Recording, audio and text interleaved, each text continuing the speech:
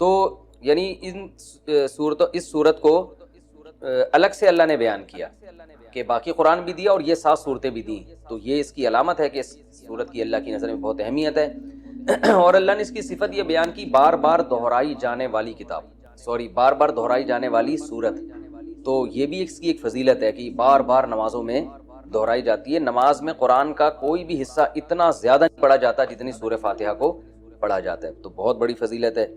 اور آپ صلی اللہ علیہ وسلم نے فرمایا لم ينزل فی التوراۃ ولا فی الانجیل سورۃ مثل سورۃ الفاتحۃ ولا اعظم منها۔ آپ صلی اللہ علیہ وسلم نے فرمایا نہ اللہ نے تورات میں اس سے بہتر سورت نازل کی، نہ انجیل میں، اور نہ باقی قرآن میں اس سے بہتر سورت نازل کی ہے۔ اور ایک اور حدیث میں آتا ہے کہ رسول اللہ صلی اللہ علیہ وسلم نے ارشاد فرمایا کہ اللہ تعالیٰ فرماتے ہیں قسمت الصلاۃ بینی و بین عبدی، اللہ تعالیٰ فرماتے ہیں میں نے اپنے اور بندے کے درمیان نماز کو ڈیوائیڈ کر دی۔ تو یہاں نماز سے مراد فاتحہ ہے، یعنی اس کی اتنی اہمیت ہے کہ اللہ نے فاتحہ کو نماز سے تعبیر کی۔ فرمایا کہ جب کوئی بندہ نماز میں کھڑا ہو کر کہتا ہے الحمدللہ رب العالمین، تو اللہ تعالیٰ فرماتے ہیں حمیدنی عبدی، میرے بندے نے میری حمد و ثنا کی، یعنی فرشتوں سے فخر سے کہتے ہیں۔ اور جب وہ کہتا ہے کہ الرحمن الرحیم، بڑا مہربان نہایت رحم کرنے والا، تو اللہ فرشتوں سے کہتے ہیں اثنا علی عبدی، میرا بندہ زبان سے میری تعریف کر رہا ہے۔ اور جب وہ کہتا ہے مالک یوم الدین، تو اللہ تعالیٰ فرشتوں سے کہتے ہیں مجدنی عبدی، دیکھو میرا بندہ میری بزرگی بیان کر رہا ہے۔ اور جب انسان، یہ تو وہ ہے جو یعنی اللہ کا حصہ ہے، یعنی حدیث میں آتا ہے نا میں نے نماز کو اپنے اور بندے کے درمیان ڈیوائیڈ، تو کچھ حصہ میرا ہے اور کچھ بندے کا ہے، تو یہ والا تو میرا ہو گیا، یہ میری تعریفیں کر رہا ہے یہ۔ اور فرمایا کہ جب یہ کہتا ہے ایاک نعبد و ایاک نستعین، اے اللہ ہم تیری عبادت کرتے ہیں، تجھ سے مدد طلب کرتے ہیں، تو اللہ تعالیٰ فرماتے ہیں ھذا بینی و بین عبدی، کہ میرے اور بندے کے درمیان ایگریمنٹ ہے کہ یہ توحید پر قائم رہے گا۔ اور اب اس نے جب ایگریمنٹ کر لیا اور میری تعریفیں بھی کر دی، تو اب ولی عبدی ما سأل، اس کا حصہ کیا ہے کہ اب جو یہ مانگے گا اس کو ملے گا۔ تو اب یہ مانگے گا کیا، اللہ تعالیٰ ہم پہ چھوڑ دیتے، ہم الٹی سیدھی مانگنا شروع کر دیتے، تو اس لیے اللہ نے فرمایا کہ بڑی چیز مانگو خود، کیونکہ اللہ کی رحمت جوش میں، اور اللہ کو پتہ ہے کہ میں دعا قبول کروں گا، تو اس لیے اللہ نے اچھی دعا مانگنے کا ہمیں حکم دیا جو اہم تھی۔ اور حکم کیا دیا، اہدنا الصراط المستقیم، کہ اللہ تو ہمیں سیدھے راستے پر چلا، صراط الذین انعمت علیہم غیر المغضوب علیہم ولا الضالین۔ تو یہ اس طرح سے اللہ تعالیٰ نے فاتحہ کو 2 حصوں میں ڈیوائیڈ کیا ہے حدیث کے مطابق۔ اور حدیث میں آتا ہے صحیح مسلم میں عبداللہ بن عباس رضی اللہ عنہ سے مروی ہے کہ آپ صلی اللہ علیہ وسلم کے پاس جبریل علیہ السلام بیٹھے ہوئے تھے، اچانک آپ نے ایک زوردار آواز سنی جو اس سے پہلے کبھی نہیں سنی تھی۔ تو جبریل نے فرمایا کہ یہ ایک آسمان کا دروازہ ہے جو کھلا ہے، جو آج سے پہلے کبھی بھی نہیں کھلا تھا، اس سے ایک فرشتہ نازل ہوا ہے، اور فرشتے نے نازل ہو کر پھر نبی صلی اللہ علیہ وسلم کو خوشخبری سنائی اور فرمایا ابشر بنورین اوتیتہما لم یؤتہما نبی قبلک فاتحۃ الکتاب و خواتیم سورۃ البقرہ۔ اس نے آپ صلی اللہ علیہ وسلم کو خوشخبری سنائی اور عرض کیا کہ یا رسول اللہ، آپ کو میں 2 ایسی قرآن کی صورتوں کی خوشخبری سنا رہا ہوں جو آپ سے پہلے کسی نبی کو نہیں دی گئی، تو ایک تو سورہ فاتحہ اور ایک سورہ بقرہ کا آخری حصہ، آمن الرسول بما انزل الیہ من ربہ والمؤمنون۔ تو یہ اس کے کچھ فضائل ہیں، اس سے معلوم ہوتا ہے کہ بہت بڑی فضیلت ہے۔ ایک فضیلت سورہ فاتحہ کی یہ بھی ہے کہ یہ دم میں بھی رقیہ کے کام آتی۔ صحابی سے ثابت ہے کہ انہوں نے جن اتارا اور سورہ فاتحہ پڑھ کے ان پہ پھونک مارتے گئے اور وہ جن کے اثرات ختم ہوتے چلے گئے۔ تو اس لیے اگر کسی پہ خدا نخواستہ جادو یا جنات کے اثرات ہوں تو سورہ فاتحہ پانی پہ دم کر کے چھینٹے ماریں یا ویسے ہی پھونک ماریں، اس کا بہت فائدہ ہوتا ہے۔ یہ سورہ فاتحہ کیا جو ہے نا کچھ فضیلت تھی جو میں نے آپ کے سامنے بیان کی۔ اب اس کی کچھ تفسیر بیان کروں گا۔ سورہ فاتحہ میں نماز میں اس کا کیا مقام ہے؟ رسول اللہ صلی اللہ علیہ وسلم نے ارشاد فرمایا کہ من لم یقرأ بفاتحۃ الکتاب فلا صلاۃ لہ، بخاری کی حدیث ہے، جو شخص سورہ فاتحہ نہیں پڑھتا اس کی نماز نہیں ہوتی۔ تو اتنی بات تو بہرحال ثابت ہے کہ سورہ فاتحہ نماز کا ایک ضروری حصہ ہے۔ اب اس میں اختلاف ہے فقہا کا کہ امام اگر پڑھ لے تو سب کی طرف سے کافی ہوگی یا نہیں ہوگی۔ اس میں امام ابو حنیفہ رحمہ اللہ تعالیٰ کا جو قول ہے وہ یہ ہے کہ امام اگر پڑھ لے گا تو مقتدیوں پہ پڑھنا لازم نہیں ہے، بلکہ جائز ہی نہیں ہے، کیونکہ امام کی قرأت مقتدیوں کے لیے کافی ہے۔ اور امام شافعی رحمہ اللہ تعالیٰ کی رائے یہ ہے کہ امام جب پڑھے گا سورہ فاتحہ تو مقتدی پر بھی واجب ہے، چاہے جہری نماز ہو یا سری نماز ہو۔ اور بعض ائمہ کے نزدیک سری نماز میں تو امام پڑھے گا، جہری میں نہیں پڑھے گا۔ تو سب کے اپنے دلائل ہیں۔ امام شافعی رحمہ اللہ تعالیٰ کی دلیل ہے یہی حدیث کہ جو شخص فاتحہ نہیں پڑھتا اس کی نماز نہیں ہوتی۔ وہ کہتے ہیں اس میں تو یہ نہیں ہے کہ امام اور مقتدی کا فرق نہیں کیا گیا، لہذا سب کے بارے میں ہے یہ جو آیت ہے قرآن مجید کی، اذا قرئ القرآن فاستمعوا له، جب قرآن کی تلاوت کی جائے تو خاموشی سے سنو، تو وہ کہتے ہیں یہ جو ہے یہ جمعے کے خطبے کے بارے میں ہے، یہ اس کے بارے میں نہیں ہے نماز کے بارے میں، کیونکہ اس کے بارے میں تو صحیح حدیث میں آتا ہے کہ جو ہے وہ جب قرات کی جائے تو خاموشی سے، یعنی حدیث میں آتا ہے کہ جو فاتحہ نہیں پڑھتا اس کی نماز نہیں ہوتی۔ اور بعض ائمہ اس طرف گئے ہیں کہ سری نمازوں میں تو پڑھی جائے گی، جہری میں نہیں۔ جہری میں کیوں نہیں پڑھی جائے گی؟ وہ کہتے ہیں قرآن کی آیت ہے، جب قرآن پڑھا جائے تو خاموشی سے سنو، اور سری میں اس لیے پڑھی جائے گی کہ یہاں قرآن زور سے پڑھا ہی نہیں جا رہا، تو خاموشی سے سننے کے بھی ہمیں حکم نہیں ہے، لہذا ہم جیسے چاہیں، یعنی ہم جو ہے وہ اسی حدیث پر عمل کریں گے جس میں آتا ہے جو فاتحہ نہیں پڑھتا اس کی نماز نہیں ہوتی۔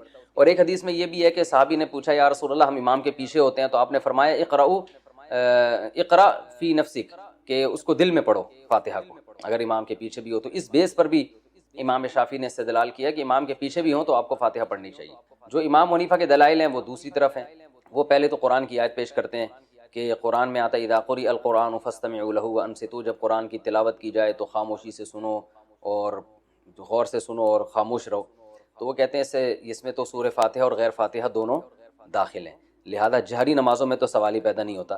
باقی یہ جو حدیث ہے جس میں آتا ہے کہ صحابی نے کہا ہم امام کے پیچھے ہوتے ہیں، تو آپ نے فرمایا صرف فاتحہ سورہ فاتحہ پڑھ سکتے ہو، تو کہتے ہیں یہ خبر واحد ہے اور یہ قرآن کی مقابلہ نہیں کر سکتی، قرآن تو متواتر ہے۔ تو قرآن میں جب صاف لفظوں میں منع کیا جا رہا ہے، اور خاص طور پر بعض صحابہ سے مروی ہے کہ وہ قسم اٹھا کے کہتے تھے کہ یہ نماز کے بارے میں نازل ہوئی ہے، تو ہم کہتے ہیں کہ نماز ہو یا جمعہ ہو سب کو شامل ہے، جب بھی قرآن سنانے کے لیے پڑھا جائے گا تو اس کا سننا واجب ہے۔ ایک ہوتا ہے کوئی اپنے طور پہ تلاوت کر رہا ہے، وہ تو اس کی مرضی ہے، اپنے طور پہ تلاوت کر رہا ہے، آپ سنیں نہ سنیں۔ ایک ہوتا ہے باقاعدہ کوئی محفل ہو جس میں سنایا جا رہا ہو، تو اس میں تو سننا بہرحال واجب ہے۔ تو سری نمازوں کے بارے میں امام حنیفہ کی جو حدیث ہے وہ بہقی کی حدیث ہے، من کان لہ امام فقراءۃ الامام لہ قراءۃ، حدیث میں آتا ہے جس شخص کا کوئی امام ہو تو امام کی قراءت مقتدی کے لیے کافی ہے۔ اور ناصر الالبانی جو ہے نا علماء معاصرین میں سے، انہوں نے اس حدیث کو صحیح قرار دیا ہے۔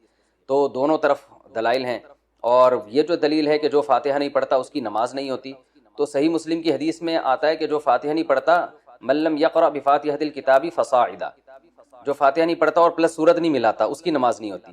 تو ہم کہتے ہیں پوری حدیث تو یوں کہ فاتحہ اور پلس سورت، تو جیسے سورت کے بارے میں آپ کہتے ہیں کہ جو امام کے پیچھے کھڑا ہے وہ سورت نہیں پڑھے گا، امام کی سورت اس کے لیے کافی ہو گئی، تو ایسے ہی فاتحہ کے بارے میں بھی ہے۔ رہا یہ مسئلہ کہ جو حدیث میں آتا ہے کہ جو فاتحہ نہیں پڑھتا نماز نہیں ہوتی، تو اس سے مراد ہے حقیقتاً بھی نہ پڑھے حکماً بھی نہ پڑھے۔ امام نے جب فاتحہ پڑھ لیا تو مقتدی پڑھنے والے ہی کہلائیں گے، کیونکہ حدیث میں خود آ گیا کہ جس کا امام ہے تو امام کی قرات مقتدی کے لیے کافی ہے، تو اس کا مطلب امام نے جب قرات کر لی مقتدی کی طرف سے وہ ہو گئی ہے، وہ مقتدی کو یوں ہی سمجھا جائے گا کہ وہ قرات کرنے والا ہے۔ تو یہ دلائل ہیں، دونوں طرف ہیں، اختلافی مسئلہ ہے، اس لیے جس بھی مجتہد کو فالو کریں، لیکن ایک کو فالو کریں، ایک فقہ کو فالو کرنا چاہیے۔ کبھی یہ جو کبھی اس رائے کو کبھی اس رائے کو، اس کی جو سنجیدہ علماء ہیں اور صدیوں سے جو علماء اہل افتاء فتویٰ دیتے ہیں وہ اس کی اجازت نہیں دیتے، وہ کہتے ہیں ایک کو فالو کریں باقی سب کو صحیح سمجھیں۔ یہ تو کچھ جلدی میں نے مختصراً اختلافی مسئلہ بیان کیا۔ باقی سورہ فاتحہ کی تفسیر کیا ہے؟ یہ قرآن مجید کی وہ صورت ہے جو سب سے پہلے جس کو رکھا گیا ہے، نازل تو پہلے نہیں ہوئی ہے لیکن رکھا سب سے پہلے گیا ہے۔ اس کی وجہ یہ ہے کہ ہم جب بھی قرآن کی ابتدا کریں تو سورہ فاتحہ سے کریں۔ فاتحہ کا معنی ویسے بھی کھول دینے والا، کھول دینے والی، یہاں سے گویا ابتدا ہو رہی ہے، قرآن کھل رہا ہے یہاں سے۔ تو اس صورت میں اللہ تعالیٰ نے اس کو تمہید بنایا ہے، جیسے ہر کتاب سے پہلے کچھ ایک تمہید ہوتی ہے نا، انٹروڈکشن ہوتا ہے، تو گویا یہ ایک قسم کی تمہید ہے۔ تو اللہ نے اس میں سب سے پہلے اپنا تعارف کروایا کہ الحمد للہ رب العالمین، تمام تعریفیں اللہ کے لیے ہیں جو تمام جہانوں کا پالنے والا۔ یہ جو للہ میں لام ہے نا، اس کو تخصیص والا لام بھی کہتے ہیں، گاڑی اردو ہے، سمجھ میں نہ آئے تو کوئی ایسی بات نہیں ہے، یوں سمجھ لیں کہ اسلام کا مطلب ہے تمام تعریفیں صرف اللہ کے لیے ہیں، یہ صرف بھی یہاں لگا ہوا ہے، یعنی جتنی بھی تعریفیں ہیں، سخاوت ہے، جود و سخا ہے، بہادری ہے، یہ جو بھی کمالات سمجھے جاتے ہیں، علم والا ہے، رحمت والا ہے، تو تمام تعریفیں حقیقت میں صرف کس میں پائی جاتی ہیں؟ اللہ میں۔ اگر انسانوں میں کوئی تعریف ہے تو اللہ کی دین سے ہے، اللہ کی عطا سے ہے، ورنہ حقیقت میں حقیقی تعریف کا مستحق تو صرف اللہ کی ذات ہے۔ تو اللہ نے اپنا تعارف کروایا رب العالمین، تمام جہانوں کا پالنے والا، اس لیے کہ جب تک آپ کے سامنے کتاب کے مؤلف کا انٹروڈکشن نہیں ہوگا آپ کتاب کو ویلیو نہیں دو۔ اگر آپ کے سامنے کوئی بازار میں کتاب رکھی ہوئی ہے، آپ نے دیکھا مصنف کا نام ہی سمجھ میں نہیں آ رہا، پتہ چلا جی وسیم گولے گنڈے والے نے لکھی ہے کتاب، یہ کتاب لکھی ہے وسیم گولے گنڈے والے نے، تو آپ کوئی گولے گنڈے والا تو خرید لے گا اس کو، لیکن میرا خیال ہے کوئی بھی عام آدمی، کوئی سمجھدار آدمی نہیں خریدے گا۔ یار مجھے ذرا پانی تو پلاؤ، بہت سخت پیاس لگ رہی ہے۔ تو کوئی بھی پی سکتا ہے کہہ رہا ہوں، دیکھو پیاس لگ رہی ہے نا، تو کوئی بھی خرید سکتا ہے اس کتاب کو، لیکن سمجھدار آدمی نہیں خریدے گا۔ تو یہ مصنف سے پتہ چلتا ہے تو کہ تو یہ قرآن اللہ کی کتاب ہے، تو اس لیے اللہ نے اپنا تعارف کروایا۔ تو اللہ نے تعارف کروایا یہ اس ذات کی کتاب ہے، الحمدللہ، تمام تعریفیں اللہ کے لیے ہیں۔ اور یہ جو جتنے بھی جہان ہیں نا دنیا میں، کائنات ہے، ان سب کو نہ صرف بنانے والا ہے بلکہ پالنے والا ہے، سب کو چلا رہا ہے۔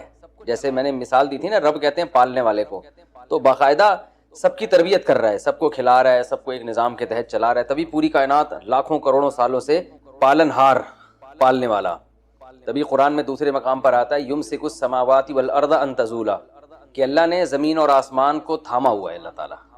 وَلَئِن زَالَتَا، اگر اللہ ان کو نہ تھامے نا اور یہ اپنی جگہ سے زائل ہو جائیں، تو اللہ کے علاوہ کوئی دوبارہ ان کو اسی ٹریک پہ نہیں لا سکتا۔ یہ نظام عالم بننے میں بھی اللہ کا محتاج ہے اور برقرار رہنے میں بھی اللہ کا محتاج ہے۔ تو اتنی بڑی ذات ہے جس کی کتاب ہے آگے جو تم پڑھو گے۔ الحمدللہ رب العالمین، العالمین عالم کی جمع ہے، عالم کہتے ہیں جہان کو، بہت سارے جہان ہیں۔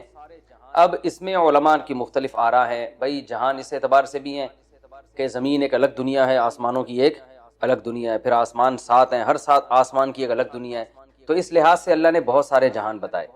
اور بعض علماء کہتے ہیں اس لحاظ سے بہت سارے جہان ہیں کہ ایک جہان یہ دنیا کا ہے، ایک قبر کا ہوگا اور ایک آخرت کا ہوگا۔ یہ بھی تو الگ الگ جہاں ہے نا، ہم تو شفٹ ہوتے ہیں، ہماری روح یہاں سے مادی زندگی سے برزخ میں جائے گی، برزخ سے پھر آگے دوبارہ حشر میں، پھر جنت ہے یا جہنم ہے، تو یہ سارے مختلف جہاں ہیں۔ اور بعض علماء کہتے ہیں اس لحاظ سے یہ مختلف جہاں ہیں کہ جیسے ایک مادی زندگی ہے نا انسانوں کی ہے، ایک فرشتوں کی بھی زندگی ہے، ان کی بھی ایک الگ دنیا ہے، جنات کی بھی ایک الگ دنیا ہے۔ تو جنات کیوں ٹریس نہیں ہوتے، کیوں نظر نہیں آتے؟ اس لیے کہ وہ مادی چیز نہیں ہے، وہ ایک الگ ہی مخلوق ہے جو ہم اس کو دیکھ نہیں سکتے، آگ سے بنی ہوئی مخلوق ہے۔ اور یہ جو فرشتے ہیں یہ روشنی سے بنی ہوئی مخلوق ہے، تو یہ بالکل ایک الگ جہاں ہے۔ تو اس لیے انسان کی جو ریسرچ ہے نا، جو مادی ذرائع ہیں تحقیق کے، اس میں یہ آتا ہی نہیں ہے۔ تو یہ الگ الگ جہان اللہ نے بنائے ہیں فرشتوں کی۔ ہو سکتا ہے یہاں بہت سارے فرشتوں ہمیں نظر نہیں آ رہے، یہاں ہزاروں جنات ہمیں نظر، اور شکر ہے کہ نظر نہیں آ رہے، کیونکہ ہمیں نظر آئیں تو پھر جنات کو ہم نظر نہیں آئیں گے، ہم یہاں سے شارٹ ہو جائیں گے، ٹھیک ہے نا۔ تو ہوتے ہیں جنات بھی گھوم رہے ہوتے ہیں دائیں بائیں، اور مجھے تو کئی دفعہ آپ کے بارے میں وہم ہوا۔ اچھا، تو یہ بھی ایک الگ جہان ہے جنات کا۔ تو ایسے یعنی جس لحاظ سے بھی جتنے بھی جہان ہیں، سب کو اکیلا پالنے والا کون ہے؟ اللہ ہے۔ تو اللہ بتا رہے ہیں یہ تو ایک جہاں نہیں، اور بھی بہت سارے جہاں ہیں، ایک الگ دنیا ہے، کہکشاؤں کی ایک الگ دنیا ہے۔ تو رب العالمین الرحمن الرحیم، تو ابھی اللہ کا انٹروڈکشن چل رہا ہے، تو اللہ نے فرمایا کہ اس کی بہت ساری صفات ہیں، لیکن اس کی جو سب سے اہم ترین صفت ہے، بڑا مہربان اور نہایت رحم کرنے والا، اس کی وہ جس کو میں نے الرحمن رحیم کے لفظ میں بہت ڈیٹیل سے میں بیان کر چکا ہوں کہ اللہ کی رحمت اللہ کے غصے پر غالب ہے، اور اللہ اصل میں تو رحم ہی کرتا ہے، سزا جب دیتا ہے کہ جب کوئی اس کی نافرمانی کرے، اور اس میں بھی بہت سارے آپشن اس نے معافی کے رکھے ہوئے ہیں۔ تو ایک بادشاہ ہوتا ہے نا، کچھ ظالم ہوتے ہیں، کچھ رحم دل ہوتے ہیں، تو رحم دل معاف زیادہ کرتے ہیں اور اپنے رعایا کو نوازتے زیادہ ہیں اور سزا کم دیتے ہیں، لیکن ظالم جو ہیں وہ لوگ ان سے ڈرتے رہتے ہیں۔ تو اللہ تعالیٰ جو ہے رحم دل ذات ہے، لہذا وہ اپنے بندوں پر عطائیں زیادہ کرتا ہے اور ان کو سزا بھی دیتا ہے، مگر اتنی نہیں جتنی وہ مستحق ہیں، بہت سے گناہ معاف ہو جاتے ہیں۔ اور رحمان الرحیم آگے فرمایا کہ ماں پہلی دفعہ بھی بچہ دے گی نا تو یہی حال ہوگا اس کا۔ پہلی دفعہ میں کس نے بتایا؟ بھائی انسان تو اپنے بڑوں سے سیکھ لیتا ہے، سوسائٹی سے سیکھ لیتا ہے۔ آپ مرغی کو سب مرغیوں سے الگ کر کے بند کر دو، وہی پروسیس ہوگا، انڈا دے گی، انڈوں پہ بیٹھے گی، اس کو گھماتی رہے گی 12 گھنٹے سے تاکہ چاروں طرف سے ہیٹ ملے۔ 21 دن کے بعد چوزے نکلنا شروع ہوں گے تو ایک دم انڈے چھوڑ نہیں دے گی، اس کو پتا ہے ابھی ایک کی رپورٹ آئی ہے، باقی کی رپورٹیں کیا ہیں؟ باقی ہیں، سب کو سیکو، سب سے چوزے نکلیں گے۔ اس کے بعد جب دانا رکھو گے، کتنے دن سے بھوکی ہے، صحیح طرح پیٹ بھر کے نہیں کھایا، لیکن دانا توڑ کے فوراً کیا کرے گی؟ چوزوں کو ڈالنا شروع کر دے گی۔ کہاں سے سیکھا بھائی؟ سائنسدان اس کی لاجک پیش کرتے ہیں۔ ایکچولی ہوتا یہ ہے کہ یہ جو ہے نا ان کی جینز میں اور ڈی این اے میں یہ چیزیں شامل ہو جاتی ہیں۔ تو تمہارے ماموں نے شامل کی ہیں ان کے ڈی این اے میں یہ چیزیں، کسی کی پھپھو آئی تھی جو اس کے ڈی این اے میں یہ چیزیں شامل کر کے گئی ہے۔ کہتے ہیں ایوالو ہوا ہے، یہ ایوالو اوپر سے چلا آ رہا ہے۔ بھائی یہ ایوالو کے سافٹ ویئر کس نے ڈال دیے ان کے اندر؟ ایوالو کے اگر ہوا ہے تو کس نے ڈال دیا ان کے اندر یہ سافٹ ویئر؟ خود بخود ہی ہوتا جا رہا ہے۔ بھائی خود بہت کچھ نہیں ہو رہا. ہاذا خلق اللہ. اللہ جب اپنی تخلیقات بیان کرتا ہے کہتا ہے ہاذا خلق اللہ, یہ میری پروڈکٹ ہے جو تمہیں نظر آ رہی ہے. فارونی ماذا خلق الذین من دونی, بتاؤ میرے علاوہ کس نے کیا بنایا ہے, کوئی ایسی ایک چیز تو لا کے دکھا دے. ہم کہیں گے اللہ ہم نے فراری بنائی ہے, ہم نے موبائل بنایا ہے. ہم کہہ سکتے ہیں اللہ ہماری بھی پروڈکٹ کوئی چھوٹی موٹی پروڈکٹ نہیں ہے. ہم نے راکٹ بنائے, ہم نے جہاز بنائے, ہم نے ہیلی کاپٹر بنائے, ہم نے میزائل بنائے, ہم نے پیناڈول بنائی جو سر کے درد کو کیا کر دیتی ہے. دوسری شادی کا بہترین علاج پیناڈول ہے. میرے پاس جو بھی آتا ہے نا, میں دوسری شادی کر کے پچھتا رہا ہوں اور سر میں درد ہو رہا ہے, بھائی 2 گولی پیناڈول کھاؤ, سر میں درد کیا ہو جائے گا, ختم ہو جائے گا. ہماری ایجاد کیا ہے, موبائل ہے. یہاں سے بیٹھو امریکہ میں بات کرو, اللہ کہتے ہیں ہاذا خلق اللہ, میں نے اپنی پروڈکٹ تمہیں بتا دی ہیں, بتاؤ میرے علاوہ انہیں کیا بنایا ہے. ہم روبوٹ پیش کر سکتے ہیں, کیا خیال ہے, ہم موبائل پیش کر سکتے ہیں. پھر اللہ بزبان حال ہمیں بتائے گا کہ اس میں تمہاری کوئی ایجاد نہیں ہے. ایجاد کسے کہتے ہیں, کسی چیز کو عدم سے وجود میں لانا. تم نے ایجاد کچھ نہیں کیا, تم مطلع ہوئے ہو بہت ساری چیزوں پر, پہلے سے تھیں وہ تمہیں نظر آ گئی. دیکھو میں اس کی ایک مثال دیتا ہوں. کتا جو ہے نا, کتا, آپ نے کیا کیا, کتے کو سدھایا شکار کے لیے. اب کہیں شکار نظر آیا, آپ نے کتے کو بسم اللہ اللہ اکبر پڑھ کے چھوڑا, کتا گیا اور جانور پکڑ کے آپ کے پاس لے آیا. آپ سوسائٹی کو بتا رہے ہیں یہ کتا میری پروڈکٹ ہے, یہ میں نے ایجاد کیا ہے. یہ بات درست ہوگی؟ نہیں بھائی, یہ پہلے سے مارکیٹ میں موجود تھا. آپ کو پتا چل گیا کہ اس کو اس طرح سے سدھایا جا سکتا ہے, قابو میں لایا جا سکتا ہے. پہلے یہ بے قابو تھا, اس کو سدھائے. بلی کو نہیں سدھا سکتے آپ, یہ اس میں سدھانے کے سافٹ ویئر پہلے سے قدرت نے انسٹال کیے ہوئے ہیں کہ اس کو ٹریننگ دی جا سکتی ہے. یہ پہلے سے ہے, یہ بنایا نہیں ہے آپ نے, آپ اس کے موجد نہیں ہو. آپ بلی کو کیوں نہیں سدھا دیتے, آپ مرغوں کو کیوں نہیں سدھا دیتے, کتے کو کیوں سدھایا جا رہا ہے؟ او بھائی اس کے اندر تربیت کے سافٹ ویئر اللہ نے پہلے سے انسٹال کیے ہوئے انسان کی خدمت کے لیے. آپ اس پر مطلع ہو گئے کہ یار تجربہ کر کے دیکھا مختلف جانوروں پر, کسی کو کوئی نہیں سیکھتا, کتا سیکھ جاتا ہے, اس کو آپ نے سدھا لیا. تو آپ نے ایجاد نہیں کیا, آپ ایک چیز پر مطلع ہو گئے ہیں. تو اطلاع بھی ایک کمال کی چیز ہے. یہ بھی جو تجربہ کرتے ہیں, پریکٹس کرتے ہیں, محنت کرتے ہیں, وہ ان چیزوں پر مطلع ہو, لیکن آپ موجد نہیں ہیں, آپ کریٹر نہیں ہیں. موبائل میں بھی یہی ہوا ہے میرے بھائی, موبائل انسان کی ایجاد نہیں ہے. ہم جو یہاں سے بات کرتے ہیں نا, بٹن دبائیں گے اور فوراً امریکہ ہمارا رابطہ ہو جائے گا. تو ہماری بات وہ ریز ہیں جو سیکنڈوں میں یہاں سے وہاں ہماری بات کو اپنے کندھوں پہ سوار کر کے پہنچا دیتی. وہ ریز اس کائنات میں پہلے سے موجود تھیں, سائنسدان ان ریز پر مطلع ہوئے ہیں کہ یار ہواؤں میں ایسی شعاعیں گھوم رہی ہیں کہ ان شعاؤں, جیسے ہواؤں میں جہاز گھوم رہے ہیں نا, گدھے گھوڑے گھوم رہے ہیں, ہم گدھے گھوڑے پہ بیٹھ کے پہنچ جاتے ہیں. اب دیکھو ایک آدمی نے کراچی سے جانا ہے حیدرآباد, پرانے زمانے میں فرض کریں. اب حیدرآباد جانے کا ایک طریقہ یہ پیدل نکل جائے وہ, لیکن اس نے دیکھا یار گھوڑے گدھے گھوم رہے ہیں. اس کو ایک بندہ جنگل گیا, اس نے دیکھا یار ایک گھوڑا بھی ہے, گدھا بھی ہے, زیبرا بھی ہے, شیر بھی ہے. اس نے تجربے کرنا شروع کر دیے کہ کون سا جانور ایسا ہے جس کی پشت پہ بیٹھوں گا تو وہ مجھے تگڑ حیدرآباد 8 گھنٹے کا سفر 2 گھنٹے میں کرا دے گا. اس نے تجربہ کیا تو اس نے دیکھا یہ گھوڑا ایک ایسی چیز ہے جو کنٹرول میں آ سکتا ہے. گدھا بھی آ سکتا ہے لیکن اس کی سپیڈ سلو ہے. گھوڑا بھی آئے گا لیکن اس کی سپیڈ کیا ہے, تیز ہے. اونٹ بھی آئے گا, اس کی سپیڈ تو کم ہے لیکن ویٹ زیادہ اٹھا لے گا. وہ زیبرا نہیں آتا کنٹرول میں, شیر کنٹرول میں نہیں آئے گا, چیتا کنٹرول میں نہیں آئے گا. تو اس نے ایک رپورٹ پیش کی, بھائی گھوڑا گدھا پہلے سے مارکیٹ میں, اونٹ گھوڑے گدھے یہ پہلے سے موجود ہے, اس سے یہ کام لیا جا سکتا ہے. گدھے سے لوڈ زیادہ ڈالا جا سکتا ہے, اونٹ پہ تو پورا خاندان آ جائے گا آپ کا, 4 بیویاں آ جائیں گی اس کے اوپر, معذرت کے ساتھ خواتین سے. تو اور آپ پھر اس پہ نہیں آئیں گے, یہ ذہن میں رکھنا, کیونکہ چاروں جب ایک جگہ آ گئی تو پھر آپ اب وہاں نہیں آ سکتے. جیسے لوگ کہتے ہیں نا ہم 4 بیویوں کو گھر میں رکھ سکتے ہیں, میں کہتا ہوں آپ 4 کو رکھ سکتے ہیں لیکن پھر آپ اس گھر میں خود نہیں رہ سکتے. آپ 4 کو اگر آپ نے اس گھر میں رکھ لیا تو اب آپ اس گھر میں نہیں رہ سکتے, پھر آپ کہیں اور انتظام کریں, یا تو آپ 4 کو رکھ لیں یا خود رہ لیں وہاں پہ. تو خیر اب آپ نے کیا کیا بھائی, آپ اس گھوڑے کو پکڑ کے لے آئے کہ یار یہ ایک ایسی چیز ہے جو پہلے سے پیدا ہوئی بھی ہے. اس پہ ہم نے ریسرچ کر کے پتا چلا کہ اس پہ بیٹھ کے ہم کراچی سے حیدرآباد 4 گھنٹے میں پہنچ سکتے ہیں. تو یہ جو ریز ہے نا, جو موبائل کے ذریعے ہم جو بات کرتے ہیں, جو ریز ہیں ہماری بات کو یہاں سے وہاں سیکنڈوں کے بھی 10ویں حصے میں پہنچا دیتی ہیں.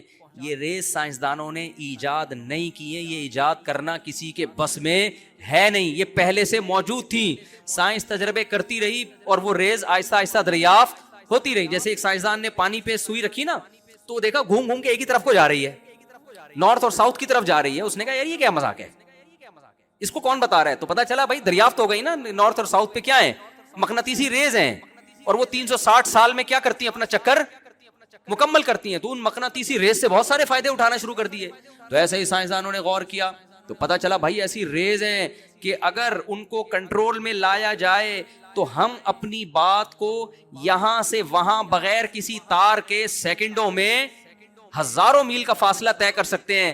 تو جیسے گھوڑے کو قابو کیا جاتا ہے رسی کے ذریعے, رسی ایجاد کر کے کھونٹے سے باندھ دیا گھوڑا, تو اسی طرح ان ریس کو قابو کرنے کے لیے کیا ایجاد کیا گیا, cell phone, mobile phone. Mobile phone آپ کی بات یہاں سے وہاں نہیں پہنچاتا, موبائل فون ان ریس کو کنٹرول کرتا ہے, ان کو کمانڈ دیتا ہے, اور ایک خاص ترتیب سے. میں سائنسدان تو ہوں نہیں نا کہ میں آپ کو پورے طریقے سے بتاؤں. یہ وہ رسی ہے جس نے ان ریس کو کنٹرول کر لیا اور اس کو ایک کوڈ دے دیا. اب آپ کی بات سیکنڈوں میں جو یہاں سے وہاں پہنچ رہی ہے ان ریز کی وجہ سے پہنچ رہی ہے, ان شعاؤں کی وجہ سے پہنچ رہی ہے, جن کا خالق کون ہے, اللہ تعالیٰ ہے. یہ پہلے سے پیدا شدہ چیزیں ہیں, یہ ساری انسان صرف قابو کر رہا ہے, کنٹرول کر رہا ہے. تو یخلق ما یشاء, جو چاہتا ہے پیدا کرتا. میں جب قرآن پڑھتا تھا نا پہلے بڑا حیران ہوتا تھا, اللہ تعالیٰ سمندری جہاز کو بھی اپنی ایجاد قرار دیتے ہیں, حالانکہ یہ تو انسان کی ایجاد ہے. وَلَهُ الْجَوَارِ الْمُنْشَآتُ فِي الْبَحْرِ كَالْأَعْلَامِ, اللہ کہتے ہیں جو سمندر میں پہاڑوں جیسے جہاز چلتے ہیں یہ کس کے ہیں, اللہ کے ہیں. یا اللہ یہ تو ہم نے بنائے ہیں. یہ کس نے بنائے ہیں بھائی, یہ تو انسانوں نے بنائے ہیں, سائنسدانوں نے بنائے ہیں. تو یہ اللہ نے کہاں سے بنا دیے, جبکہ اللہ اس کی نسبت بھی کس کی طرف کر رہا ہے, اپنی طرف. کیوں کر رہا ہے؟ یہ لوہا کس نے بنایا بھائی, اللہ نے بنایا, جس میں پگھلنے کی صلاحیت ہے.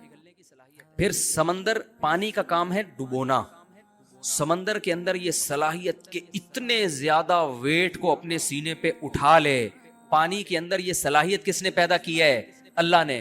پھر وہ ہوائیں جو اس بڑے سے بڑے جہاز کو دھکیلتی ہیں یہ کس نے پیدا کی ہیں, اللہ نے. پھر وہ ڈیزل, پہلے ہواؤں سے چلتے تھے اب ڈیزل سے چل رہے ہیں جہاز, وہ ڈیزل زمین کی رگوں میں کس نے پیدا کیا, بولو نا, اللہ نے پیدا کیا. وہ پیٹرول جو اس خام مال سے پیٹرول نکل رہا ہے, گریس نکل رہا ہے, ڈیزل نکل رہا ہے, مٹی کا تیل نکل رہا ہے, بیسیوں قسم کی چیزیں نکل رہی ہیں. ایک چیز بھی انسان نے نہیں بنائی ہے, ساری کس کی بنائی ہوئی ہیں, اللہ کی بنائی ہوئی ہیں. اس لیے اللہ یہ کہنے میں سورہ رحمان میں حق بجانب ہے, وَلَهُ الْجَوَارِ الْمُنْشَآتُ فِي الْبَحْرِ كَالْأَعْلَامِ, جو پہاڑوں کی طرح جہاز ہے نا جو تمہاری تجارت کا ذریعہ ہے. اگر یہ سمندری جہاز نہ ہوتے اتنی مہنگائی دنیا میں ہوتی, اتنی مہنگائی کہ آپ کی سوچ سے بھی زیادہ. کیونکہ پھر آپ کو گندم کے 1000 کنٹینر منگوانے ہیں, ہوائی جہاز لا سکتا ہے؟ کتنے جہاز آئیں گے جو لے کر آئیں گے. میں تو پہلے پاکستان نیوی میں رہا ہوں نا, تھوڑا ڈاک یارڈ میں, تو وہاں میں نے بڑے بڑے جہاز دیکھے. ایک دفعہ ایک چائنا سے جہاز آیا, ہمارے لڑکوں نے کہا بہت بڑا جہاز آیا. میں جا کے دیکھا تو یہ کنٹینر ایسے لگ رہے جیسے ماچس کی ڈبیاں نہیں ہوتی, جیسے بچوں کے کھلونے ہوتے نا ماچس کی ڈبیاں, اتنے بڑا کنٹینر, اتنے بڑے بڑے کنٹینروں سے جہاز بھرا ہوا ہے. پتہ نہیں اس میں گندم تھی, چاول تھا یا چرس آ رہی تھی, کیا رہا تھا اللہ بہتر جانتا ہے. کوئی بھروسہ نہیں ہے چرس آ رہی ہو. ایک دفعہ میں, ایک چکر میں اتنا مال اٹھا کے جہاز وہاں سے یہاں لے آتا ہے. تبھی فرمایا وَسَخَّرَ لَكُمُ الْبَحْرَ, یہ سمندر اس نے کس کے لیے پیدا کیا, تمہارے لیے. اگر یہ سمندر نہ ہوتے خشکی پہ تجارت بہت مشکل ہو جاتی, کیونکہ خشکی پہ آپ کے وسائل, کیونکہ مشین کو دھکا دینا زیادہ مشکل ہے, اس میں انرجی زیادہ لگتی ہے. سمندر تو خود پھسلن پیدا کرتا ہے, تھوڑا سا کام آپ کریں گے, تھوڑا کون کرتا ہے. اب دیکھو یہاں کوئی بندہ کھڑا ہوا ہے, اس کو دھکا دو, ہلے گا اپنی جگہ سے, 6 آدمی مل کے دھکا دیں گے پھر ہلے گا. پانی میں تیر رہا ہے, تھوڑا سا یوں کریں گے ادھر ہو جائے گا, ایسا ہے نہیں, انرجی کم لگتی ہے پانی میں دھکا دینے کے لیے. تو تجارت تو ساری ہے ہی دھکے کا کھیل بھائی, یہاں سے وہاں. ٹرانسپورٹیشن کا جو کام ہے, ٹرانسپورٹ کا جو کام ہے, ٹرانسپورٹ کا مطلب کیا ہے, یہاں سے وہاں ٹرانسفر کرنا. اس میں وسائل کم لگ رہے ہیں, تبھی اللہ کہتا ہے میں نے تمہارے لیے سمندر مسخر کر دیا. اگر یہ سمندر نہ ہوتا انسان کے لیے زندگی ممکن نہ ہوتی. اب سائنسدانوں نے دیکھا اتنا بڑا سمندر, پہلے اتنا خیال نہیں تھا اتنا بڑا سمندر ہے. جب چاند پہ گئے ہیں تو یا خلا میں گئے ہیں تو جا کے دیکھا تو سمندر زیادہ ہے, خشکی اس میں کیا ہے, 3 حصے پانی ہے, ایک حصہ کیا ہے, خشکی. پتا چلا کہ بھائی یہ 3 حصے پانی ضروری ہے, جتنی بارشیں زمین کو چاہیے نا, جتنی خشکی ہے اس کے لیے جتنی بارشیں چاہیے, اس کے لیے سمندر اتنا بڑا ضروری ہے. سمندر ہی تو پانی پرووائڈ کرتا ہے. اور میں بار بار ایک ٹاپک چھیڑتا ہوں, یہ جو کہتے ہیں نا 2 بچے ہی اچھے, رسک کم پڑ جائے گا, وسائل, صرف ایک سمندر ہی ایسا ہے جو ابھی آبادی 6 ارب ہو رہی ہے نا, یہ اگر 6 گنا بھی بڑھ جائے, 36 ارب بھی ہو جائے, خالی سمندر ہی رزق کی کمی پوری کرنے کے لیے کافی ہے. اسی میں اتنا کچھ پڑا ہوا ہے. اور اللہ کا نظام, اللہ نے ایسا سسٹم بنایا ہے کہ زمین کے وسائل کو جتنا استعمال کریں گے وہ وسائل تازہ ہوتے رہیں گے, جہاں استعمال کرنا چھوڑا برباد. مثال کے طور پر اب آپ نے کیا کیا, سمندر سے شکار چھوڑ دیا کہ وسائل کم ہے ہمارے پاس, تھوڑا سا اگلی نسل کے لیے مچھلیوں کو رکھو. مچھلیاں بڑھیں گی ہی نہیں, کیونکہ بڑی مچھلی چھوٹی مچھلی کو کیا کرے گی, کھا جائے گی. وہ بڑی مچھلی کیا کرے گی, چھوٹی, وہ گروتھ ریشو ان کا اسی حساب سے کیا ہو جائے گا. آپ شکار کر کے بڑی مچھلیوں کو کھاؤ گے نا جب, تو بڑی مچھلیاں چھوٹی کو کھانے کے لیے والی بچیں گی نہیں, وہ چھوٹی کیا ہو جائیں گی, وہ خود ہی بڑی ہوں گی. آپ نہیں کھاؤ گے تو وہ کھا جائیں گی. تو بہتر نہیں ہے کہ بچے پیدا کر کے انسانوں کو کھلا دو, کیا خیال ہے. اسی وجہ سے شکار میں یہ پابندیاں لگتی ہیں کہ بڑی بڑی مچھلیوں کو پکڑو, چھوٹے بچوں کو چھوڑ دو. لیکن ہمارے یہاں بہت باریک جال کے شکار استعمال ہوتے ہیں اللیگل کام میں. الحمدللہ اللہ نے ہمیں بہت بڑا مقام عطا فرمایا ہے.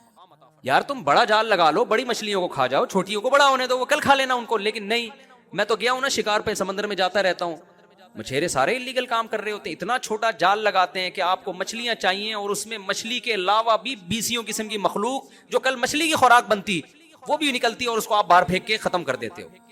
وہ خدا کی منکر تھی. کیوں؟ اس نے کہا کہ میں بچپن میں گاڈ نے مجھ سے میری ماں چھین لی, مجھے ماں کی ضرورت تھی, بچپن میں میری ماں مر گئی. تو اس غضب میں اس نے کہا میں نہیں مانتی اللہ کو, خدا کو نہیں مانتی, یہ ظلم کیا میرے ساتھ, جاؤ ہم بھی نہیں مانتے. تو ایسی فضول بات نا. خیر اس کو تو جو میں نے جواب دینا تھا دے دیا. لیکن یہ بھی ہوتا ہے ہمارے یہاں بہت سے لوگ جب ان کے مسائل پورے نہیں ہوتے, تمنائیں پوری نہیں ہوتی, آرزویں پوری نہیں ہوتی, کہتے کہاں ہے اللہ, میری تو شادی وہاں ہو نہیں رہی جہاں میں چاہ رہا تھا. یہ ہے, ان بیسس پہ بہت سے لوگوں نے خدا کا انکار کیا. میری تو تنخواہ اتنی ہے ہی نہیں, وہ محنت کر نہیں رہا, پیسے کما رہا ہے, ہم تو 5 ٹائم نماز پڑھ رہے ہیں, دعائیں مانگ رہے ہیں, تبلیغ میں سہ روزہ لگا کے دے, اب کوئی اللہ ملا معاذ اللہ نہیں ہے. یہ ہوتے ہیں پرلے درجے کے بے وقوف. یہ اللہ کے وجود کو ایسے ماننا چاہتے ہیں کہ اللہ ہو لیکن ہم خدا کے خدا ہوں, وہ ہمارا بندہ ہو. ان کو وہ والا خدا چاہیے جس کے یہ خدا ہوں. جیسے میں نے بھی مثال دی تھی نا بیان میں کہ آپ نے بچہ پیدا کیا, اب گھر میں چل کس کی رہی ہے, بچے کی چل رہی ہے, آپ کا کچھ چلتا ہی نہیں گھر میں. تو آپ کیا کہتے ہو, یار میں نے غلطی سے کیا پیدا کر دیا, باپ پیدا کر دیا ہے. ٹھیک ہے نا, غلطی سے میں نے کیا پیدا کر دیا ہے. جیسے انگریزوں کے ہاں بچے پیدا ہونے بند ہو گئے ہیں, ان کے ہاں باپ پیدا ہوتے ہیں. کہ بچے کو آنکھیں دکھائیں پولیس آ جائے گی, بچہ باپ کو آنکھیں دکھائیں اتنی جلدی پولیس نہیں آتی. باپ بچے کو آنکھیں دکھا دے فوراً پولیس آئے. وہ بچے پھر بتاتے بھی ہیں, اب دوبارہ آنکھیں دکھائیں, فون دے گئے فون. ایسے ایک آدمی نے مجھے خود بتایا, کہہ رہے میں پاکستان سے اپنی فیملی کو امریکہ لے کے گیا تو مجھے غصہ آیا بچے پہ, کسی بات پہ میں نے تھپڑ لگا دیا اس کے, بہت بدتمیزی کر رہا تھا. تو اس نے یہ واقعہ سنایا نا, کہتے ہیں کہ میں نے اس کو تھپڑ جیسی لگایا, مجھے پتہ نہیں, میں تو آرام سے انجوائے کر رہا ہوں, پولیس آئی اٹھا کے لے گئی مجھے. میں یار بچہ باپ کو یار تھانے بھجوا دے. میں تو کہتا ہوں یار آدمی کی کیا گزرتی ہوگی. خیر کہتے ہیں میں تھانے سے ہو کے آیا تو مجھے بڑا غصہ آیا, میں نے کہا میں تو اور لگاؤں گا ایک تھپڑ, مجھے کیوں بھجوایا. چاہے جب میں گھر آیا نا تو بچے کو جیسی آنکھیں دکھائی, بچہ کیا کہتا ہے فون کی طرف. اس زمانے میں موبائل فون نہیں تھے, یہ والے فون کا جو ہے وہ نہیں, وہ گھمانے والا بھی نہیں, وہ تو زیادہ پرانا ہو گیا, لیکن یہ والے فون تھے جو PTCL والے نہیں ہوتے.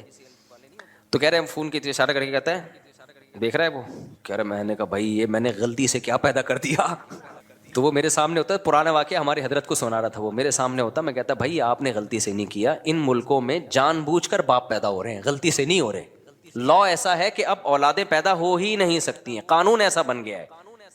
اب یہاں جو بھی پیدا ہوگا, وہ جو حدیث میں آتا ہے نا انتلد الامۃ ربتہا, حدیث میں آتا ہے قیامت کی علامات میں سے کہ باندی اپنے مولا کو, آقا کو جنے گی. تو مطلب یہ باپ کس کو جنے گا, اپنے باپ کو جنے گا, بیٹے کو تھوڑی جنے گا. میں نے کہا یہ تو حدیث ہے, تو قرب قیامت کی علامت ہے, تو ابا جنے. میرے پاس ہوتا تو میں سمجھاتا. کہتے پھر میں نے سوچا کہ یار یہ تو بڑا مسئلہ ہو گیا نا, تو بڑا مسئلہ ہو گیا, اب یہ تو میرے ہی باپ بن کے زندگی گزاریں گے. تو کہتے ہیں میں نے پھر بہانے سے یہ کیا, میں نے کہا کہ تمہیں پاکستان لے کے جا رہا ہوں. تو وہاں پھر ایسا بھی نہیں ہو سکتا کہ پاکستان لے آؤ آپ, بچہ کمپلین کر دے گا غریب ملک میں لے کے جا رہا ہے مجھے, ٹھیک ہے نا, آپ نہیں لے جا سکتے اپنے بچے کو اپنی مرضی سے, امریکن نیشنل ہے وہ, تو گورنمنٹ پکڑ لے گی, بولے کہ یہاں پیدا ہوا تو لے کے کیسے جا رہے ہیں وہاں پہ. تو کہہ رہے میں نے پھر بچوں کو یہ کہا کہ ہم ذرا چلتے ہیں گھومنے, قائد اعظم کا مزار دیکھیں گے اور یہ وغیرہ وغیرہ جو چیزیں ہوتی ہیں ہم یہ آپ کو دکھائیں گے. بچوں نے کہا ٹھیک ہے جی انجوائے کریں گے. کہہ رہے جب میں ایئرپورٹ پہ لے کر آیا, گھر میں لے کر گیا میں, اس کے بعد میں نے کہا بلا پولیس کو. آگے میں یوٹیوب کی پالیسی کے خلاف ہے, میرے خلاف نا ایتھیسٹ بہت ساری کمپلینس انہوں نے ڈالی ہوئی ہیں یوٹیوب کو, اس کا چینل بند کرو, بہت زیادہ کمپلینس گئی ہوئی ہیں. تو آگے اس نے وہ کچھ کیا جو یوٹیوب کی پالیسی کے خلاف. بچے کہہ رہے ہیں ہمارا قصور کیا, کہہ رہے ہیں انجوائے کر رہا ہوں میں, انجوائے ویسے ہی یار, بس بہت دن ہو گئے تھے, سمجھتے ہو. تو ان تلد الامۃ ربتہا, باندھی کس کو جنے گی؟ اپنے آقا کو. وہ جننا شروع, بچے باپوں نے اپنے باپوں کو پیدا کرنا شروع کر دیا.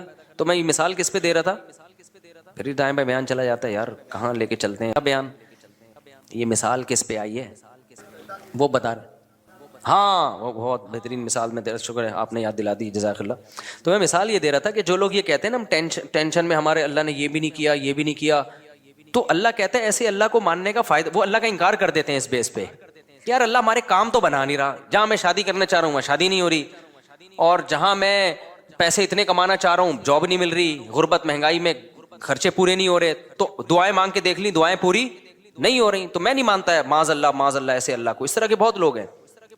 بھائی بات یہ ہے کہ جب آپ اللہ کو مان رہے ہو نا, تو اللہ کا مطلب پتہ ہے کیا ہے, کہ چلے گی اس کی, چلے گی آپ کی نہیں. اللہ کہتا ہے ایسے والے اللہ کو مانو, ایسے والے اللہ. جب اللہ کی چلے گی تو اللہ چاہے گا تو آپ کی مرضی کی ہو جائے گی شادی, نہیں چاہے گا تو نہیں ہوگی. اللہ چاہے گا تو آپ کو آپ کی مرضی کی جاب مل جائے گی, نہیں چاہے گا تو نہیں ملے گی. تو اللہ کو ماننے کا مطلب اللہ وہ ہے, ہم اللہ تھوڑی ہیں. تو چاہتے اللہ کی پوری ہوں گی, ہماری تھوڑی پوری ہوں گی, ہماری اتنی پوری ہوں گی جتنی اللہ چاہے گا. تو اگر آپ نے ایسے اللہ ماننا ہے کہ آپ سب کچھ آپ کا چلے, تو پھر اللہ کہتے ہیں پھر میں کس بات کا اللہ ہو گیا بھائی, اللہ تو پھر تو ہے. یہاں ایک اشکال ہوتا ہے کہ جب اللہ نے اپنی ہی چلانی ہے تو ہم سے دعاؤں کا کیوں کہتا ہے. ایک سوال ہوگا, جب اللہ نے میری وہیں کروانی تھی جہاں ابا چاہ رہے تھے, میری والی تو اللہ نے دلانی نہیں تھی مجھے, تو پھر اللہ نے مجھے یہ کیوں کہا کہ راتوں کو اٹھ کے تہجد میں دعائیں مانگا کرو, یہ کیوں کہا اللہ نے. ابے دیکھو میں آپ سے کہتا ہوں, میں کسی وزیر ہوں فرض کرو, میں نے آپ سے کہا اپلیکیشن لکھ کے دو, ایک پراپر طریقہ ہے یہ کام آپ چاہتے ہو نا, آپ کے گھر میں بجلی کا کنیکشن لگ جائے, گیس کا کنیکشن لگے گا تو پھر بھی نہیں, لیکن ایک مثال دے رہا ہوں, گیس کا کنیکشن لگ جائے تو آپ ایک اپلیکیشن دو پراپر طریقے سے لکھ کے دو, تو ہم آپ کا وہ کام کر دیں گے. یہاں دفتر میں کھڑے ہو کے ہمارا سر خراب مت کرو. ہوتا ہے نا, جیسے مجھ سے کوئی ملنے کے لیے آتا ہے بے وقت آ جائے, تو میں کہتا ہوں بھائی ایک طریقہ ہے, ایڈمن سے رابطہ کرو, پھر بتاؤ کیوں ملنا چاہ رہے ہو. بعض دفعہ بلا وجہ رشتے کے لیے آ رہے ہوتے ہیں, ہماری شادی کرا دیں, تو بھائی میں نہیں شادیاں کراتا لوگوں کی, یہ کام میرا ہے ہی نہیں. تو کوئی وجہ بتاؤ گے, وہ وجہ معقول وجہ ہوگی, پھر ہم ٹائم دے دیں گے, اس ٹائم پہ آ جانا. میں تو پھر فارغ کر کے بیٹھتا ہوں اپنے آپ کو اس ٹائم پہ. تو لیکن آپ اس ٹائم پہ بھی آ گئے, پھر بھی میں نہیں مل رہا, تو آپ کو غصہ آئے گا نا. پھر ہمیں یہ لمبا چوڑا پروسیس بولو بتایا کیوں تھا بھائی, پہلے عثمان سے رابطہ کرو, پھر کوئی مفتی صاحب ڈائری میں دیکھیں گے سلاٹ خالی ہے تو اس کو دے دو, یہ سارا کر کے بھی آئے. تو جب مفتی صاحب ہیں ہی نہیں, آج میں نے ظہر میں کسی کو نکاح کا ٹائم دیا تھا, ظہر میں جامع الرشید میں مجھے ضروری کام تھا, اور مجھے کام کی وجہ سے میں نہیں آ سکتا تھا, لیکن چونکہ میں نے ٹائم دیا تھا, صرف ایک 5 منٹ کا اس کا نکاح پڑھانے کے لیے میں اتنا لمبا سفر کر کے آیا اور نکاح پڑھا کے واپس گیا, میرا 1 گھنٹہ لگا. لیکن کیوں, اگر میں نہیں آتا تو برائی ہوتی نا. یہ اگلا کہتا ہے یار مفتی صاحب نے ٹائم دیا اور بھاگ گئے, حالانکہ مجھے بہت مشکل ہوئی تھی وہ نکاح پڑھانے, لیکن میں نے کہا یار یا تو ٹائم نہیں دیتے, دیا ہے تو اب اس کو پورا کرنا ہے, یا تو 1 ہفتہ پہلے مجھے پتا چل جاتا نا میری تو میں 1 ہفتہ پہلے وہ کینسل کر دیتا. لیکن عین وقت پہ کینسل کرنا غیر اخلاقی حرکت ہے, الا یہ کہ کوئی بہت ہی ایمرجنسی ہو جائے. تو ایسی اتنی بہت ایمرجنسی نہیں تھی. کتنا ٹائم میں نے 5 منٹ کے کام کے لیے اپنا برباد کیا, 1 گھنٹہ برباد, اس سینس میں نہیں کہ وہ واقعی برباد, لیکن ظاہری لحاظ سے تو برباد ہی ہوا نا. لیکن بات یہ ہے کہ جب ایک عام آدمی اس کا خیال کر رہا ہے کہ جب کسی کو ٹائم دیا ہو تو بھائی پورا کرنا ہے, الا یہ کہ ایمرجنسی ہو جائے.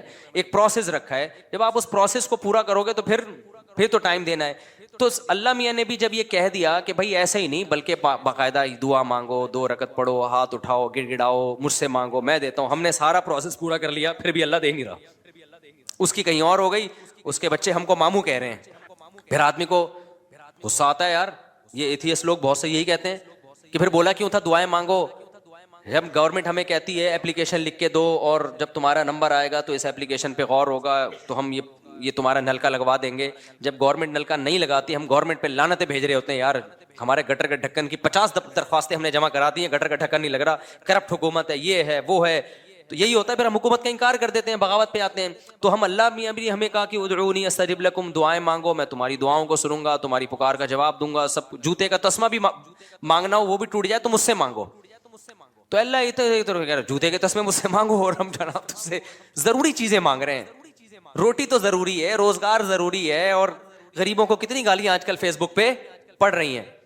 تو اے اللہ یہ تو اب یہ تو ہم نے سہ روزہ بھی لگا لی, حج کر کے دعائیں مانگ لی, بیت اللہ کے غلاف کو پکڑ پکڑ کے جتنا ایکسٹریم لیول پہ ہم جا سکتے تھے نا چلے گئے. عمرے پہ گئے, وہاں ہم نے بیت اللہ کے غلاف کو پکڑ پکڑ کے دعائیں مانگی, مگر پھر بھی ہمیں ماموں کے علاوہ کوئی لفظ نہیں ملا. بہت سے لوگ اس چکر میں ایتھیسٹ ہوتے ہیں کہ یار یہ کوئی خدا ودا معاذ اللہ نہیں ہے, ہوتا تو کچھ تو ترس آتا نا ہمارے اوپر. تو یہ ایک اشکال ہوتا ہے. پہلا جواب تو میں نے دیا ہے, پہلا جو جواب ہے نا کہ آپ اللہ کو اللہ نہیں مان رہے, آپ اللہ کے اللہ بننے کی کوشش کر رہے ہو, اس اشکال کا جواب تو ہو گیا. لیکن دوسرا اشکال ہوتا ہے یہ اللہ ہی کے کہنے پہ تو ہم کر رہے ہیں. خوب سمجھ لو, اللہ نے جو کہا ہے نا کہ مجھ سے دعائیں مانگو تو میں تمہاری حاجات کو پورا کروں گا, تو دنیا میں تو جب ہم کسی کو کہتے ہیں نا کہ میں حاجات کو پورا کروں گا, تو ایمان بالغیب والا معاملہ نہیں ہوتا. نہ سامنے والے پر لازم ہے کہ ہم پر ایمان لے کر آئے, لہذا ہم اس کی حاجت پورا نہ کریں تو قابل ملامت ہیں. لیکن اللہ کا جہاں تک معاملہ ہے, اللہ حاجات پوری کرتا ہے, لیکن اللہ نے یہ کہا ہے کہ میں اس طریقے سے کروں گا جیسے میری سمجھ میں آئے گا, تمہاری رائے کے مطابق نہیں کروں گا. اس لیے کہ میں نے اپنے آپ کو غیب کے پردوں میں رکھنا ہے.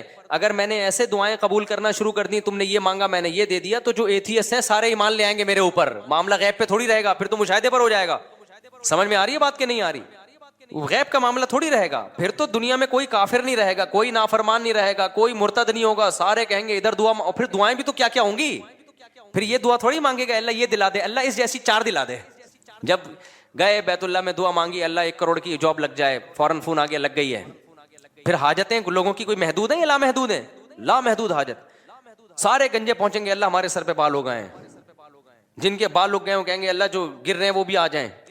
اللہ کوئی مرے ہی نہیں, نہ میری اماں مرے, نہ میرے ابا مرے, نہ میری بیوی مرے, نہ میرا شوہر مرے, نہ میرا بچہ مرے, فلاں فلاں سب مر جائیں. تو یہ نظام کائنات کیا ہو جائے گا بھائی, تباہ و برباد ہو جائے گا, تباہ و برباد ہو جائے گا. اس لیے اللہ نے کہا کہ میں ہوں, میرے ہونے پر اگر میں دعا بالفرض قبول نہیں کر رہا تو اس سے میرا انکار لازم نہیں آتا, کیونکہ میرے وجود پر تو 20 دلائل ہیں. ان دلائل کا کیسے انکار کرو گے تم؟ اس کی مثال ایسے ہے جیسے آپ گئے, آپ نے اپلیکیشن دی, وزیر کو درخواست قبول ہی نہیں ہو رہی, آپ کو یہاں کوئی وزیر ہے ہی نہیں, تو اگلا کہے گا بھائی یہ وزیر کی کرسی ہے, یہ اس کرسی پہ کیمرہ پہ دیکھو بندہ بیٹھا ہوا ہے اور یہ اٹینڈنس حاضری ہے. تو یہ نہیں کہو کہ وزیر ہی نہیں ہے, یہ کہو کہ وزیر نالائق ہے, آپ کی مراد پوری نہیں کر رہا یا سست ہے. اور اگر نالائق بھی نہیں ہے, سست بھی نہیں ہے, پھر یقیناً کوئی حکمت ہے. تو وزیر کے بارے میں تو ہم پاکستان کے وزیر کے بارے میں نہیں کہیں گے کہ کوئی حکمت کی وجہ سے کام نہیں کر رہا, وہاں تو رپورٹ کلیئر ہے, کر ہی نہیں رہا, وہ تو آج تک کسی کے پیسے لیے بغیر کام کیا ہی نہیں اس نے. اللہ پہ نہ رشوت کا الزام لگ سکتا ہے, نہ اللہ پہ یہ الزام لگ سکتا ہے کہ معاذ اللہ وہ بندوں کے کام کر کر کے تھک گیا ہے. تو اللہ کے بارے میں یہی کہا جائے گا اور اس نے دعا قبول نہیں کی ہے تو بھائی وہ ہمارا کام ہے فائل جمع کرا دینا, اور وہ اس طرح سے نہیں کر رہا کسی اور طرح سے, وہ اپنے بندوں کو لاوارث نہیں